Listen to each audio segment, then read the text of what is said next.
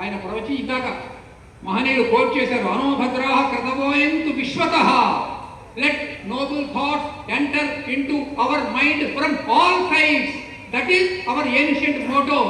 దీన్ దయాళ్ జీ ప్రతిపాదించినటువంటి ఏకాత్మ మానవతావాదము ఒక ఇజం కాదు, ఒక నిజం.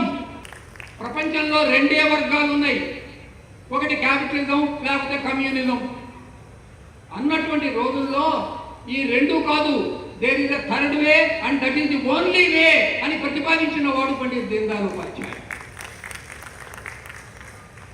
క్యాపిటలిజం లోపల పెట్టుబడిదారీ వర్గం కలోనియల్ ఇంపీరియలిజం కోసం ప్రయత్నం చేస్తుంది, మార్కెటింగ్ కోసం ప్రయత్నం చేస్తుంది. ప్రపంచంలో ఏ దేశమైనా సరే ఆ దేశం మీద పడి దోచుకొని తినడానికి వాళ్ళు సిద్ధపడతారు. ఇవాళ మనం అది చూస్తున్నాం ప్రత్యక్షంగా. డాలర్లు నాటితే స్కాలర్లు పండవు, డాలర్లు నాటితే స్కాలర్లు పండవు. చమురు కబురు కంపు కొడుతున్న చోట హిట్లర్లు మళ్ళీ పుట్టారు. ఇది ఇవాళ మనకు పెట్టుబడిదారీ వర్గం యొక్క పరిస్థితి. ఇక రెండవ వైపు చూస్తే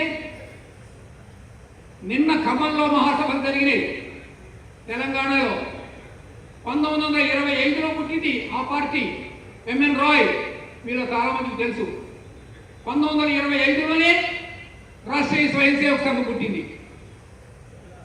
కానీ రాష్ట్రీయ స్వయం సేవక్ సంఘ్ శతవర్షాలు పూర్తి చేసుకొని ముందుకు పోతూ ఉన్నది. ఆ పార్టీ కిషన్ రెడ్డి గారు, ఆ పార్టీ మీరు చూచారు, ఖమ్మంలో శవాల దిబ్బల మధ్య సభలు జరుపుకున్నది. చుట్టూ శవాల దిబ్బలు అంటే రక్త విప్లవం. వాళ్ళకి డెమోక్రసీ మీద విశ్వాసం లేదు, ప్రజాస్వామ్యం పడదు, తుపాకీ గొట్టం ద్వారా మాత్రమే రాజ్యాధికారం వస్తుంది అని రాజ్యాంగాన్ని, మన భారత రాజ్యాంగాన్ని గౌరవించని పార్టీ అక్కడ దానికి 100 ఏళ్లు నిండినాయని ఖమ్మంలో సభలు జరిపారు. ఇప్పుడు ఆలోచించండి మహనీయులారా, ఇవాళ ప్రపంచానికి ఆశాజ్యోతిగా ఉండవలసినటువంటిది, వికసిత భారత్కు కావలసినటువంటిది ఏదో మీరు ఆలోచించండి.